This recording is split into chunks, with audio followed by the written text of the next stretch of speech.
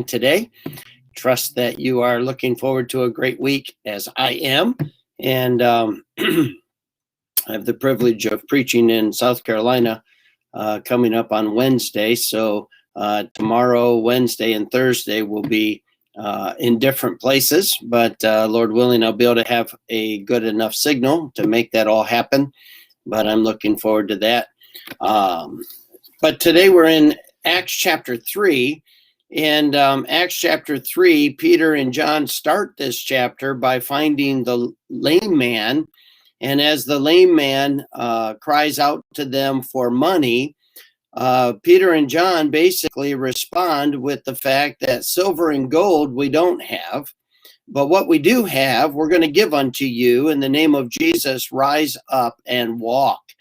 And taking him by the hand, they lifted him, and immediately his feet and ankle bones received strength. And he, I love this phrase, leaping up, stood and walked and entered with them into the temple, walking and leaping and praising God. I think if I had been lame my whole life and somebody had come and miraculously, by the power of God, helped me to be able to walk for the first time, I think I would not just walk either. I think I would be leaping and running, but I certainly would be praising God. But it's very interesting that what happened back in this day is the exact same thing that happens way too often in our day. And that is that there are always people who want to know, how did this happen? It certainly could not be a miracle by the hand of God. There has to be another explanation. There has to be something that man has done.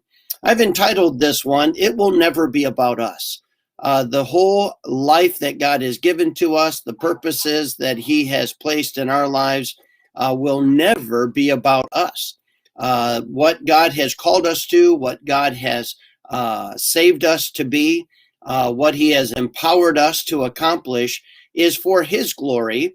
It's to put his character and his glory on display. It is not to glorify us. It's not to promote us.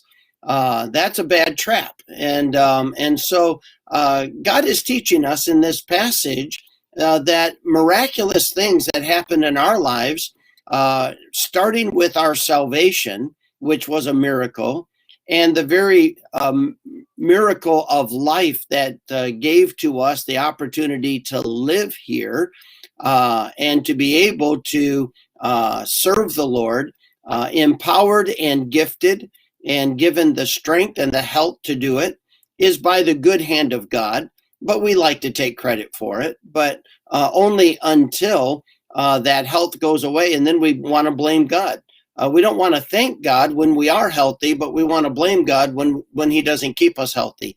And it's just one of these crazy dynamics of our penchant to be self-dependent and self-reliant and self-promoting that we have to war against.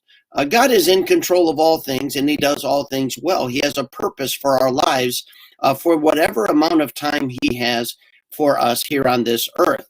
And so Peter, in verse number 12, when Peter saw it, that's the crowd gathering around, he answered unto the people, Ye men of Israel, why marvel ye at this? Or why look ye so earnestly on us, as though by our own power or holiness we had made this man to walk? The God of Abraham and of Isaac and of Jacob, the God of our fathers, hath glorified his son Jesus, whom ye delivered up, and denied him in the presence of Pilate when he was determined to let him go. But ye denied the Holy One and the just, and desired a murderer to be granted unto you.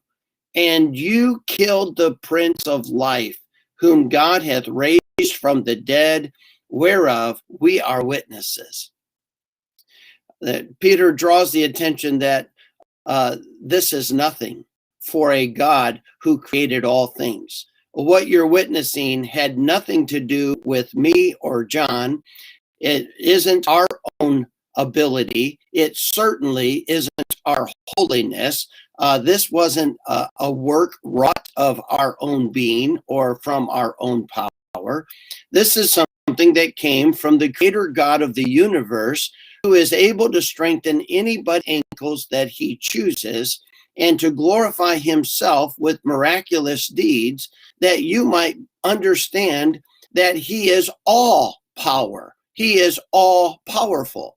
And so he gives an illustration. You would not allow Pilate to let him go when he knew there was nothing wrong.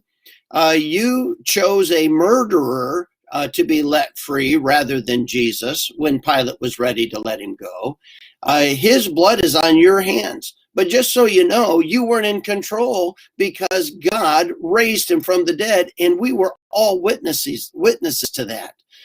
The greatest power, the demonstration of incredible power, was when God raised his own son from the dead, proving that he had accepted the payment of sin that he paid in full, and that the offer of salvation was legitimate to whoever would call upon the name of the Lord. And so Peter goes back to his message in chapter 2, and he is saying, listen, you want to really see a miracle? Call on the name of the Lord to be saved, and he will transform your life. Every Christian under the sound of my voice, we are a living miracle of God. He miraculously transformed our lives from darkness to light, from a destination of hell to an eternity in heaven. And his name is to be praised. And so it's not just to be praised from our lips, it's to be praised by our lives. And so we can demonstrate that life really isn't about us when we live our lives as if it's all about God. And so let me ask you a question. How are you doing? How are you doing today? You got off to a start this week. Did you get off to a good start? Did you make the morning all about God, or were you grumpy because you didn't get enough sleep? You're still trying to recover from losing an hour. Maybe things didn't go right. The traffic wasn't right. And life has been all about you today. Well, let me just encourage you. Acts chapter 3 reminds us that we serve a powerful God who has done miraculous things in our lives, and we live to glorify him.